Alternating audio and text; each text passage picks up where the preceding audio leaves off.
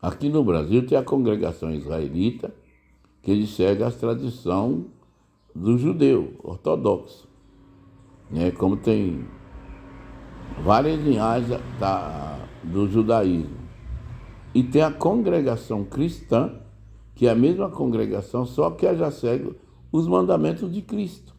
Porque os irmãos podem ver que no tempo dos apóstolos, o apóstolo Paulo mesmo, o apóstolo Pedro, eles, os dois, ele frequentava as congregações que frequentavam os gentios. Mas os outros apóstolos que guardavam, irmãos, a lei de Moisés, que era ortodoxa, né? Que é a ortodoxia, quer dizer, comunhão plena com Deus. Eles tinham comunhão com Deus.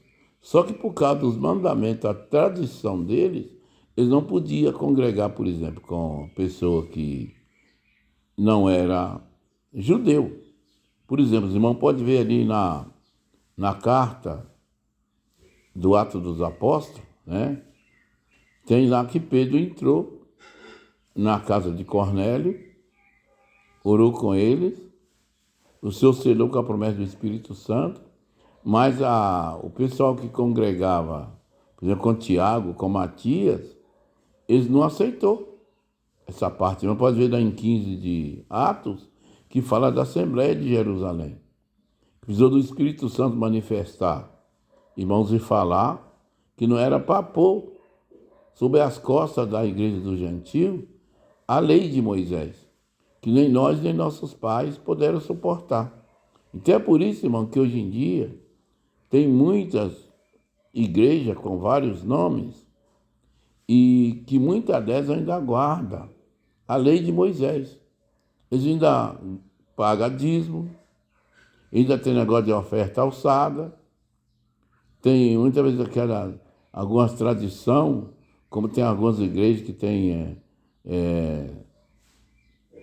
juntamento para rapaz escolher moça para casar, pessoas que estão separadas, né? Com a terapia do amor, como tem na igreja pentecostal famosa aí. Então, irmão, é coisa da tradição do passado, coisa do judeu que anda segundo a lei. Mas, porém, os moços e as moças cristãs, quando eles conhecem e vão namorar, eles buscam a palavra, eles não seguem a tradição. Pode casar, por exemplo, da congregação aqui do Brasil, com a congregação lá dos Estados Unidos, né, da França, da Alemanha, basta Deus confirmar. Já o judeu não, o judeu só casa entre si, né?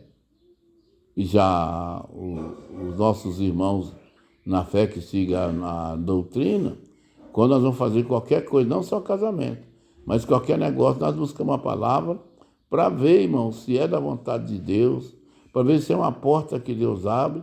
Porque o irmão vê, aqui em Apocalipse tem uma parte que fala assim, diante de ti eu pus uma porta aberta, né? E quer dizer, a porta que eu abro, né, que Deus abriu na porta do servo de Deus, o adversário não consegue fechar, porque ele não tem a chave. Porque a porta, irmão, sabe, é ter um segredo. Você só abre uma porta ou fecha a porta com a mesma chave.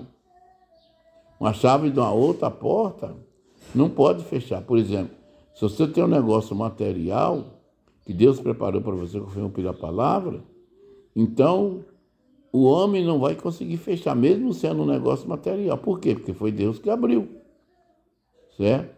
Deus que abriu, de acordo que Davi achou graça diante de Deus, e Deus deu o reino para Davi sem ele ser da família real, assim é coisa. Às vezes Deus abre uma porta na vida do servo, da serva de Deus, ele não tem condição daquilo ali, materialmente fazer aquilo ali, mas Deus dá sabedoria para ele, às vezes ensina ele numa profissão, ou às vezes prepara de alguém sentir de abrir uma firma para ele, e é assim, uma porta que Deus abre, aí depois que Deus abre, está confirmado pela palavra que Deus abriu, né? Mesmo sendo um negócio material e tudo, um casamento, né?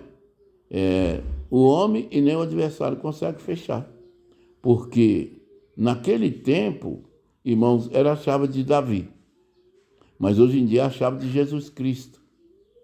E se eles não conseguiriam fechar a porta com a chave de Davi, com outra chave, imagina com a chave de Jesus Cristo, que ele abre a porta da evangelização, da visita, dos dons do céu, como foi no dia do Pentecostes, como o Senhor muitas vezes abre uma porta da pessoa evangelizar, de orar para o enfermo, de orar para a pessoa que está possuída por legiões, pessoas, por exemplo, irmão, que está enganado, né? E muitas coisas, né? E o Senhor abre a porta do entendimento de nós, para nós entender aquilo que é de Deus e aquilo que não é de Deus. Porque o adversário, irmão, ele vem muitas vezes transfigurado em anjos, assim como muitos pregadores se transfiguram em servos de Deus. E aí começa, irmão, pôr na costa do novo convertido um monte de coisa que tem que fazer, é dinheiro que tem que dar. Sendo, irmão, que o Senhor Jesus, quando ele mandou os discípulos ir, ele falou para eles, dai de graça aquilo que recebeste de graça. Que não é para cobrar, é para dar de graça. Porque as coisas de Deus não é pago com dinheiro. Já foi pago, irmão, o nosso bem-estar com Deus, não pelo ouro e nem pela prata, porque senão o judeu tinha conseguido. Mas foi comprado nós e dado nós de graça através do sangue precioso e imaculado do Senhor Jesus. Por isso que diz, eu pus diante de ti uma porta aberta. Então é o Senhor que pôs essa porta aberta para nós servir a Deus na terra, Ele preparar as coisas para nós. Quantas vezes alguém, irmão, de outro estado, vem em casa e fala assim, irmão, Deus me fez saber que você está com essa e essa necessidade. E Deus preparou de trazer essa quantia para você. Uma compra, um vestido, um terno, um sapato. Foi, irmão, uma porta que Deus abriu para nos beneficiar através daquele irmão, através daquela irmã. E às vezes até através de pessoas que não pertencem à nossa fé. Deus usa ele para nos beneficiar. E assim é. Então o Senhor, irmão, tem várias portas que Ele abre na vida de um cristão, na vida de um servo, do servo de Deus, desde que ele ande segundo a doutrina e segundo a palavra de Deus. Então essa parte que Deus dá por hoje, vamos meditar nessa palavra, depois você pega a sua Bíblia, lê lá, né, onde está escrito, né, a igreja de Laodiceia, e você vai ver o que é que o Senhor exige de nós para nós servir. Ali não exige, irmão, que você tem que dar dízimo, você tem que dar isso, tem que dar aquilo. Não, o Senhor exige obediência, irmão, e crença, e que você seja fervoroso. Porque diz ali, nem o frio nem o morno o Senhor não quer. O frio, ele pode esquentar, mas aquele que já conheceu o Senhor é morno de espírito, o que está escrito? Vomitar-te-ei da minha boca. Então você que concorda com tudo quanto é coisa, tudo que é mundano, tudo que é do homem, tudo que está escrito você vai fazendo, vai pegando, vai aprendendo modo, você é morno. Você é morno, você não é crente, e nem quente, e nem frio, você é morno. O frio é aquele que ainda não conhece o Senhor, irmão. Ainda não recebeu o fogo do Espírito Santo inteiro, é frio. Mas aquele que já recebeu os dons de Deus, que veio como fogo, irmão, pode ver em todo lugar que fala nos dons, ele vem em símbolo, irmão, de catiçal, de língua de fogo, como diz no Pentecostes, certo? Então é assim. E fogo, irmão, significa calor, quentura. Não é frieza e nem morno, não. Se você não apagar o fogo, ele vai acendendo na tua vida espiritual até que você seja quente do espírito, como o apóstolo Paulo falou, não seja vagaroso nos cuidados, mas seja fervoroso no espírito. Até que o Senhor vai te selar com a promessa de novas línguas e você vai servir a Deus. Então essa parte que Deus dá, se inscreva no canal, convide os seus vizinhos, amigos, tanto jovem como criança, quanto moço, quanto viúva, irmãos que servem a Deus e que ainda não servem, se inscreva no canal Geraldo Carolino CCB, para que nós possamos ler, meditar e considerar a santa palavra de Deus. Por essa parte, Deus seja louvado.